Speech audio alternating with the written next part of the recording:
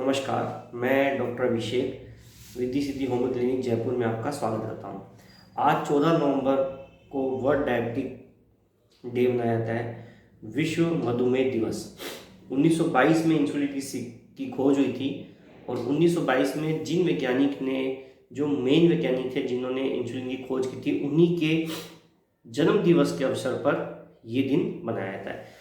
ये दिन बनाने का कारण क्यों है? ये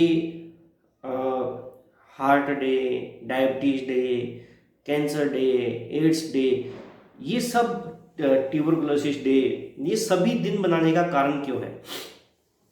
इनका कारण ये है कि ये सब बीमारियां बहुत तेजी से फैल रही हैं और आम जन के अंदर इसके लिए जागरूकता होनी बहुत जरूरी है। तो आज हम बात करेंगे डायबिटीज की।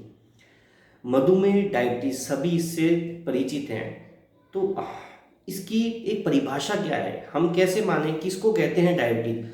हर हार्मोन का, हर एंजाइम का और हर शरीर के अंदर विटामिन्स का और जितने भी हमारे पोषक तत्व हैं, न्यूट्रिएंट्स हैं, हर चीज़ की एक वैल्यू होती है। उस वैल्यू से कम भी नहीं और उस वैल्यू से ज़्यादा भी नहीं।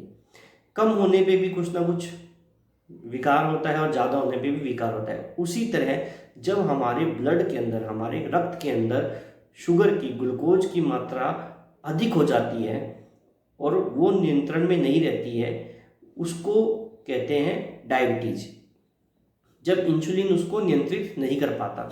जब भी हम कुछ खाते हैं, हमारे खाना खाते ही विभिन्न प्रक्रियाओं से होकर हमारा जो खाना है वो ग्लूकोज में कन्वर्ट हो जाता है और जैसे ही ग्लूकोज में कन्वर्ट होके वो ब्लड के अंदर फ्लोट करता है, खून के अंदर प्रवेश करता है, तो एक सिग्नल जाता है पैंक्रियाज के पास में कि हमारे शरीर के अंदर ग्लूकोज की मात्रा बढ़ चुकी है और पैंक्रियाज इंसुलिन सिक्रीट करता है और इंसुलिन के स्राव से उस बढ़े हुए ग्लूकोज को प्रोसेस करके, क्रिया करके वो आगे आने वाले समय के लिए हमारे शरीर में संचित कर देता है और ये ग्लूकोज ही होता है जो हमारे लिए ऊर्जा का स्रोत होता है। अब इंसुलिन पैंक्रियाज से सिक्रीट होता है। पैंक्रियाज हमारे शरीर के अंदर ड्यूडिनम और अमाशय के बीच में एक ग्रंथि होती है, पाचक ग्रंथि होती है। डायबिटीज कितने प्रकार की होती है? मुख्यतः दो प्रकार की डायबिटीज हम सुनते हैं, टाइप 1 और टाइप 2। इसके अलावा डायबिटीज इंसिपिडस भी होती है और जो बच्चों के अंदर ही डायबिटीज हो जाती है, टाइप 1 डायबिटीज, उसको कभी जुवेनाइल डायबिटीज भी बोल दिया जाता है। टाइप 1 डायबिटीज जो है, इसके अंदर इंसुलिन का सिक्रीशन बिल्कुल ही नहीं होता, बिल्कुल उत्पादन नहीं होता इंसुलिन का और रोगी को, पेशेंट को बाहर से इंसुलिन देना आवश्यक हो जाता है। टाइप 2 डायबिटीज में इंसुलिन या तो कम सिक्रीट होता है या फिर प्रतिरोधक क्षमता, हमारे शरीर में इंसुलिन के प्रति प्रतिरोधक क्षमता बन जाती है, जिसको इंसुलिन रेजिस्टेंस बोलते हैं।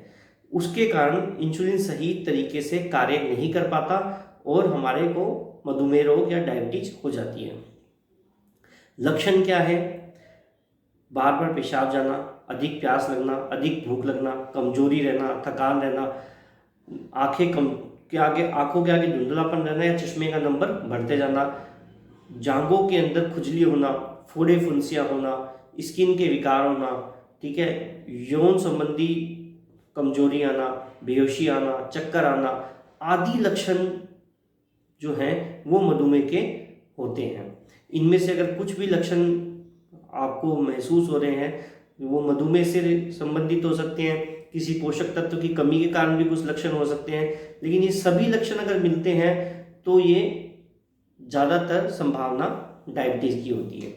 डायबिटीज की जांच कैसे की जाती है? डायबिटीज की जांच रक्त से की जाती है और यूरिन से की जाती है। रक्त का जो जांच का तरीका है वो ज़्यादा महत्वपूर्ण माना गया है यूरिन के कंपेयर में। इसमें खाली पेट में ब्लड का सैंपल लिया जाता है। रक्त की जांच के लिए खाली पेट ब्लड सैंपल लिया जाएगा और एक खाना खाने के 2 घंटे बाद लिया जाएगा।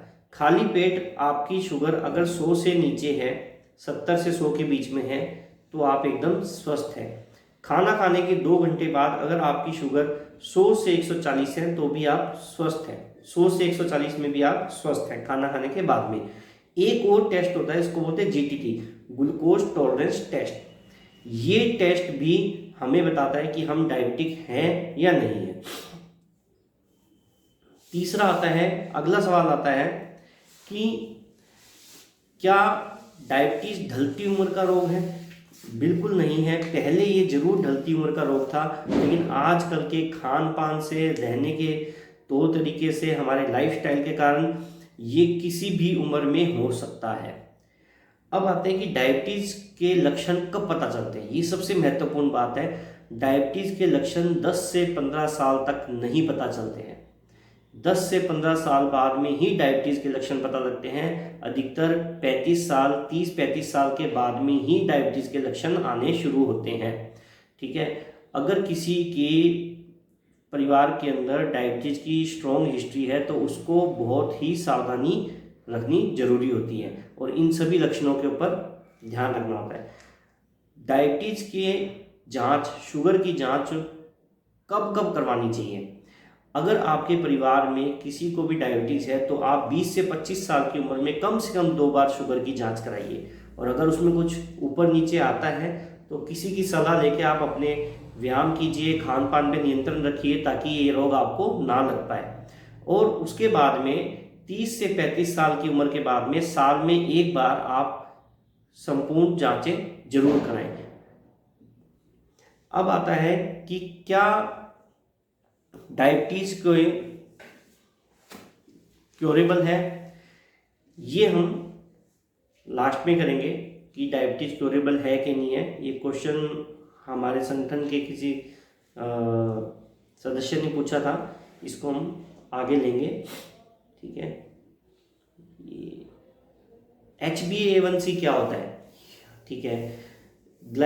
ग्लाइकोसिलेटेड हीमोग्लोबिन, HbA1c जो रहती है, ये भी मधुमेह रोगियों में महत्वपूर्ण जांच है। जो मधुमेह रोगी हैं और दवाओं पे और इंसुलिन पे चल रहे हैं, उन रोगियों के लिए जांच होती है। अब इस जांच से पता लगता है कि जो दवा हम ले रहे हैं या फिर जो हमारा लाइफस्टाइल हमने अडॉप्ट कर रखा है, जिस जीवन को हम जी रहे हैं, क्या वह सही चल रहा है, सब कुछ सही चल रहा है? क्या किसी चीज़ में कोई सुधार की या किसी चीज़ के अंदर कुछ इम्प्रूवमेंट की आवश्यकता है या नहीं? ये टेस्ट ये बताता है। ये टेस्ट एवरेज 3 महीने के करीब कहा जाता है कि 3 महीने की एवरेज ब्लड शुगर आपको बताता है। कितने समय के अंदर डायबिटीज और यूरिन की जांच? देखिए, जो डायबिटिक पेशेंट्स हैं, जो इंसुलिन पे डिपेंड हैं, वो घर पे ग्लूकोमीटर जो है रखें। ग्लूकोमीटर से हर तीसरे दिन या जैसे डॉक्टर ने सलाह दी जांच कीजिए। लेकिन जो दवाओं पे डिपेंड है वो ब्लड शुगर तो 15 दिन में जांच करें और यूरिन की जांच 1 महीने में कराएं। यूरिन की जांच 1 महीने में करवाना आवश्यक है। ठीक है। यूरिन की जांच, देखिए मैं आपको बताता हूँ कि यूरिन की जांच 1 महीने में इसलिए करवाना के लिए कह रहा हूँ मैं, क्योंकि एक चीज़ होती है माइक्रो एल्ब्यूमिन। पेशाब में, यूरिन में कभी एल्ब्यूमिन नहीं आता स्वस्थ आदमी के। ठीक है। और अगर मान लीजिए किसी के एल्ब्यूमिन आ रहा है, ठीक है, अगर एल्ब्यूमिन आ रहा है तो इसका मतलब डायबिटीज का असर गुर्दों पे आना शुरू हो गया। अब हम प्रोटीन की डाइट को रोक के और हमारे ब्लड प्रेशर को नियंत्रित करके इस बीमारी को वहीं रोक सकते हैं और इसमें फिर धीरे धीरे सुधार आना भी अपने आप शुरू हो जाता है। इसलिए यूरिन की जांच करानी आवश्यक होती है, जिसमें माइक्रो एल्ब्यूमिन की जांच बहुत महत्वपूर्ण है। अब हम आते हैं कि क्या डायबिटीज, मधुमेह पूर्ण रूप से सही हो सकता है? टाइप 1 डायबिटीज सही नहीं हो सकती है। ठीक है। क्योंकि उसमें जो पैनक्रियाज के अंदर सेल्स होती हैं, अधिकतर जो टाइप 2 से टाइप 1 में आते हैं, उनमें तो हम फिर भी कोशिश करते हैं कि रिवर्सिबल डायबिटीज़ रिवर्सिबल प्रोग्राम के तहत हम उनकी कोशिश करें कि वो इंसुलिन से मेडिसिन पे आ जाए, उनका इंसुलिन छूट जाए। लेकिन जिनके जुवेनाइल या कम उम्र के अंदर इंसुलिन लग जाता है, पैनक्रियाज पूर्ण रूप से डैमेज हो जाता है, उनके अंदर अभी तक ऐसा कोई भी संभावना नहीं मिलती है। टाइप 2 डायबिटीज़ के अंदर भी विज्ञान जो है, अभी वो बहुत से डॉक्टर्स हैं, विज्ञान को अपने का सहारा नहीं बोलेंगे। विज्ञान जब किसी चीज़ को ओके करता है, जब वो पूर्ण रूप से सही आ जाती है। टाइप 2 डायबिटीज़ के अंदर ये है कि ये रिवर्सिबल है, इसको रिवर्स कर सकते हैं। टाइप 2 डायबिटीज़ को खान पान से, खाने पीने से, लाइफस्टाइल मॉडिफाइड करके, इन सब चीज़ों से, और बहुत सी सपोर्टिव होम्योपैथिक मेडिसिन्स हैं जो टाइप 2 डायबिटीज़ को रिवर्स करने में आपकी बहुत सहायता करती हैं। तो टाइप 2 डायबिटीज़ के अंदर हम फिर भी हमारे पास में बहुत स्कोप है कि हम इसको रिवर्स कर सकते हैं। अगर किसी भी यंग के फैमिली हिस्ट्री में डायबिटीज़ है और वो ये सोच रहा है कि यार मैं ब्लड टेस्ट ना कराऊँ, मुझे कमजोरी तो लगती है, थकान तो लगती है, गला तो सूखता है, तेजाब तो बनता है, एसिडिटी तो होती है, वीकनेस तो होती है, भूख तो लगती है, ज़्यादा देर भूखा रह नहीं सकता, ज़्यादा देर भूखा रहता तो एकदम से चक्कर आने लग जाते हैं, सब कुछ हो रहा है, लेकिन मैं डायबिटीज चेक नहीं कराऊंगा, अगर मेरे निकल गई तो मैं क्या करूँगा। देखिए भैया, अगर आपके निकल गई तो आप उसका इलाज शुरू कर देंगे, आप उसके प्रिकॉशन शुरू कर देंगे। लेकिन अगर आपने उसको नहीं समझा, उसको डिटेक्ट नहीं करवाया, तो आप कुछ नहीं कर पाएंगे। भी देखिए, लाइलाज बीमारी तो है नहीं, ठीक है, इसका इलाज भी होता है। अगर ये पूर्ण रूप से सही नहीं होती तो भी ये आपको कोई भी गंभीर समस्या नहीं उत्पन्न करे। इसके लिए बहुत सी दवाइयाँ, बहुत सी सुविधाएं हैं, ठीक है।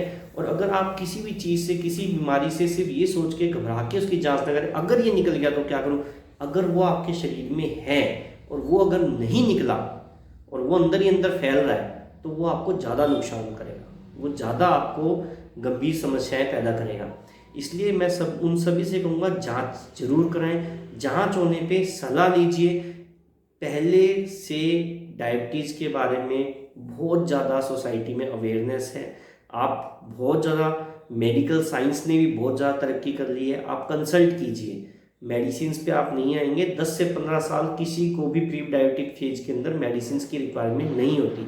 वो प्री डायबिटिक फेज ऐसा होता है जिसमें हम 100% पेशेंट को रिवर्स कर सकते हैं, 100% रिवर्स कर सकते हैं हम पेशेंट को पूर्ण रूप से। कि प्री डायबिटिक फेज में अगर कोई आ गया है कि उसकी हमेशा तो डायबिटीज सही रहती है नहीं, कभी कभार 160 आ जाती है, कभी कभार 150 आ जाती है, कभी कभार 110 आ जाती है, कभी कभार 120 आ जाती है, ठीक है, लेकिन बाकी साल के दिनों में सही रहती है। कभी ऐसा होता है, तो कभी अगर ऐसा होता है तो आप प्री डायबिटिक फेज में हो सकते हैं। प्री डायबिटिक फेज में आप हैं तो आप 10 से 15 साल प्री डायबिटिक फेज रहता है, पता भी नहीं लगता आदमी को, अधिकतर पता नहीं लगता। ये उन लोगों को जरूर पता लग जाता है जो अपने रूटीन चेकअप वगैरह करवाते हैं। तो आप बिल्कुल इससे बच सकते हैं। कुछ क्या, बहुत सी मेडिसिन हैं, कुछ दवाएं मैं आपको होम्योपैथिक की यहाँ पे बताऊंगा। एक साइजीजियम जेम्बोलिनम आती है मदर टिंचर, ठीक है, एक जिम्नेमा सिल्वेस्ट्रा आती है मदर टिंचर, एक एब्रोमा एकोस्टा आती है मदर टिंचर। ये मेडिसिन हैं। ये मेडिसिन्स आप 10 से 15 बूंदें खाना खाने से आधे एक घंटे पहले सुबह दोपहर शाम लीजिए, तो आपको डायबिटीज़ के कॉम्प्लिकेशंस, आपकी कोई भी दवा चल रही है, इंसुलिन चल रहा है, कुछ भी चल रहा हो, ठीक है, उसके साथ में ले सकते हैं आप, आपको डायबिटीज़ के कॉम्प्लिकेशंस नहीं क्रिएट होंगे, एक चीज़। फिर हमारे पास में बहुत सी मेडिसिन्स आती हैं जो डायबिटीज़ के अंदर किडनी को सेफ रखती हैं, आपकी बोन्स को सेफ रखती हैं, आपकी मसल्स को सेफ रखती हैं, आपकी ग्लैंड्स को सेफ रखती हैं, क्योंकि इंसुलिन जो है वो अपने आप में ग्लैंड्स को भी डेवलप करता है। डायबिटीज पेशेंट में वार्ड्स होना, ठीक है, गांठें होना, लाइपोमा होना, ये सब चीज़ें कॉमन होती है। इन्फ्लामेशन होना बॉडी के अंदर कॉमन होता है। तो अगर आप, ठीक है, आप चाहते हैं कि यार मेरा ये ट्रीटमेंट चल रहा है, मैं इससे बिल्कुल सही हूँ, ठीक है, आप उससे सही है, लेकिन अगर आप उसमें होम्योपैथिक की मेडिसिन ऐड करेंगे, होम्योपैथिक डॉक्टर से सलाह करके आप दवाएं ऐड करेंगे, तो डायबिटीज़ के कॉम्प्लिकेशन से बचे रहेंगे, एक चीज़। और अगर आप थोड़ा सा और अपने आप को मोटिवेट करेंगे, थोड़ा सा और हिम्मत करेंगे, तो आप डेफिनेटली डायबिटीज़ को रिवर्स कर सकते हैं।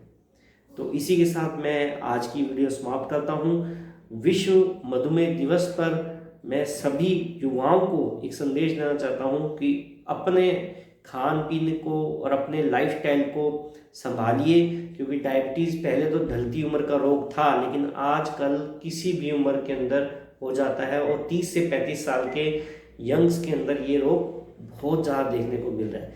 30-35 साल के जो यंगस्टर्स हैं उनमें प्री डायबिटिक फेज आ जाता है, वरना 45 के बाद में प्री डायबिटिक फेज आता था और 60 के बाद में डायबिटीज डिटेक्ट होती थी। अभी 30-35 साल के अंदर डायबिटिक फेज आ चुका है लोगों के अंदर।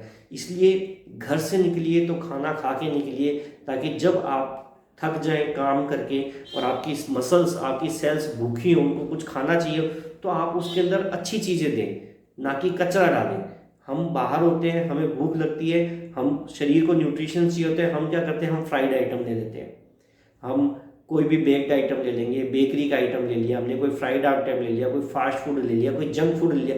उससे हमारा पेट तो शांत हो जाता है, हमारी जठराग्नि है, जो हमारे पेट की जो भूख है वो तो शांत हो जाती है, लेकिन जो न्यूट्रिशंस हैं, जो न्यूट्रिशंस हमारी मसल्स को, हमारे बोन्स को, हमारे ग्लैंड्स को चाहिए होता है, वो नहीं मिल पाता है।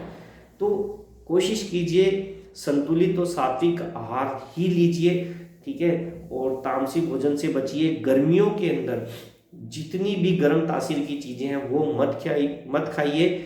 जल्दी से बन जाने के कारण हम लोग गर्मियों में भी अंडा बहुत खाते हैं कि तुरंत नाश्ता बन जाता है, तो इस चीज़ से बचिए। सर्दियों की चीज़ सर्दियों में खाइए, गर्मियों की चीज़ गर्मियों में खाइए। शरीर के साथ खिलवाड़ मत कीजिए, क्योंकि बहुत सारा पेस्टिसाइड, बहुत सारा जहर खाने में, धुएं में, हर जगह फैल रहा है। आप उनसे नहीं बच सकते। आप अपनी तरफ से जो कर सकते हैं वो जरूर कीजिए। नमस्कार।